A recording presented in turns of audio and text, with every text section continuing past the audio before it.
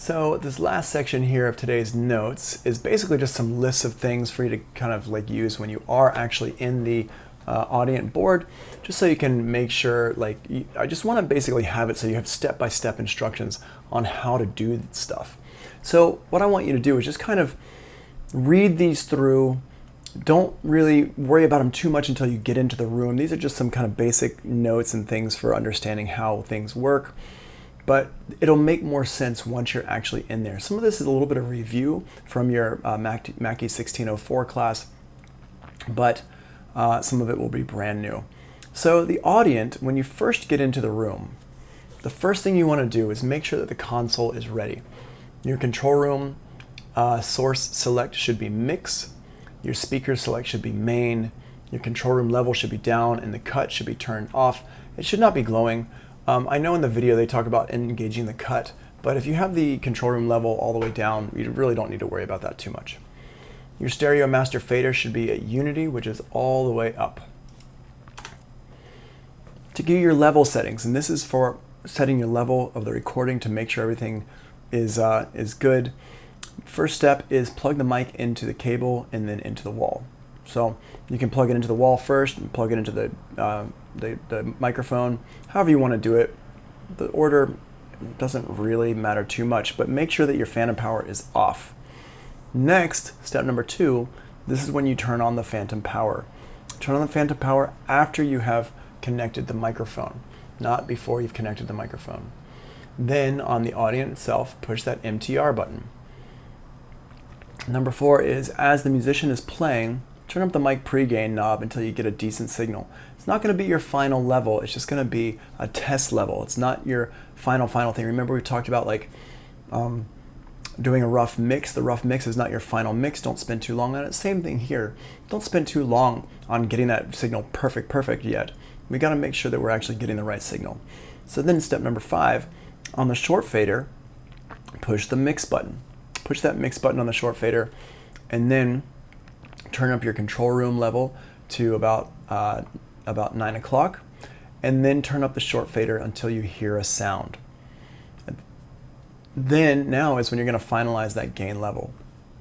All the while this is happening, make sure that your musician is playing basically the level they're going to be playing later. Then you're going to unpush the mix button on the short fader. Disengage that mix button, because we don't want to have the mix button throughout the whole session.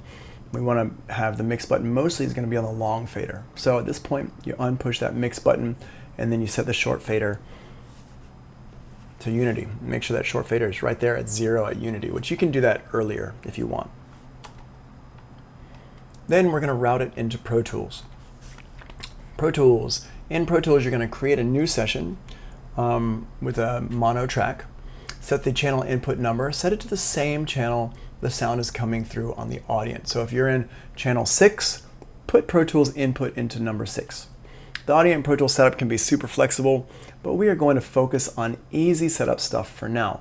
You can do all sorts of crazy routing. In the video, one of the things I don't love is that they're showing you how to route stuff into, it comes into channel 1 and they go out to channel 3 in Pro Tools, and then from Pro Tools they go out of Pro Tools into channel 5.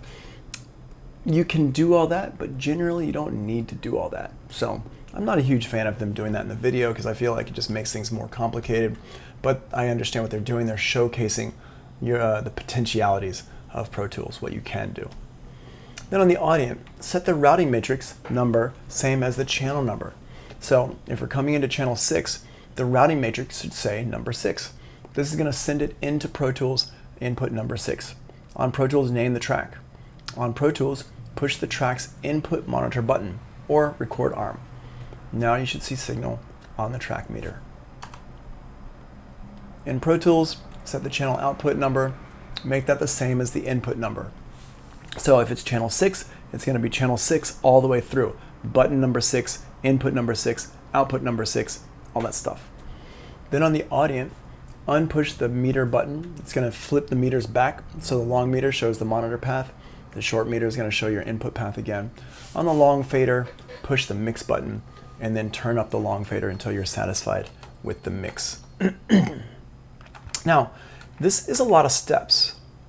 And what always happens with students is they get impatient. And this is the one thing you can't do here. If you follow these steps carefully, step 1, step 2, step 3, step 4, step 5, step 6, you'll be fine.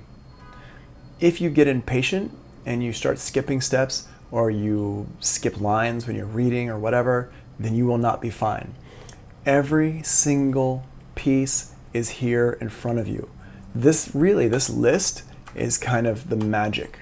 This is like the magic part. If you bring this in with you into the room and you follow these one piece at a time, then you'll be fine.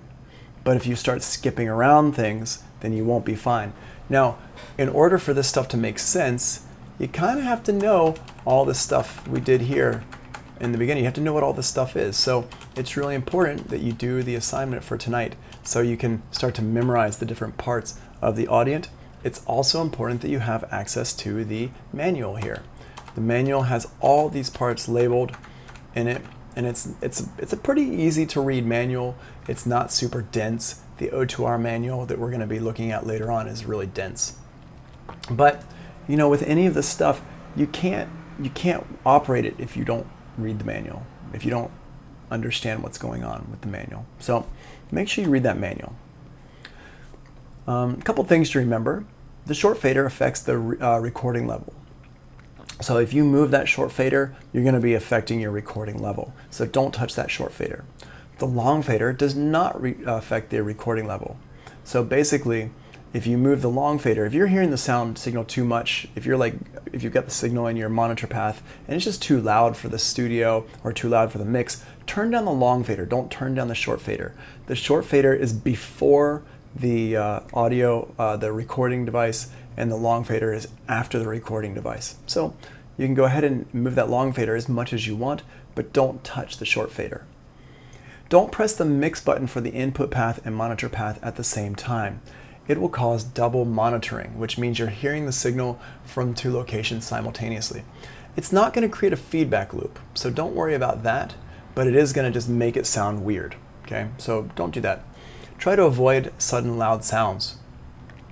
For example, don't press the mix button after turning up the fader. If you turn up the fader first and then press that mix button, you have no way to gauge how loud that signal is going to come through. It could break your speakers.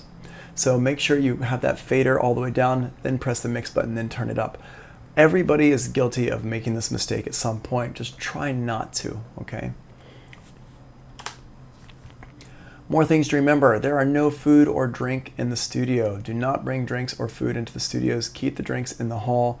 No food. Don't leave food laying around. We don't want bugs, ants, roaches. We don't want that stuff. Also, zero out the board when you are finished.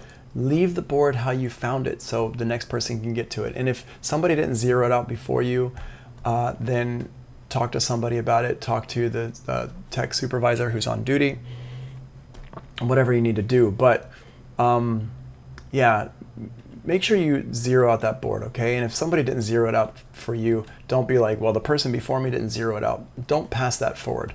Make it stop with you. Zero out the board, okay? Let's send good vibes into the future so we can get good vibes in return, right? Okay. Finish your session 15 minutes early for cleanup. Always start early, finish early. So if your start time is 10 a.m., if you arrive at 10 a.m., you're late. 9:45, that's on time. 9:30, even better.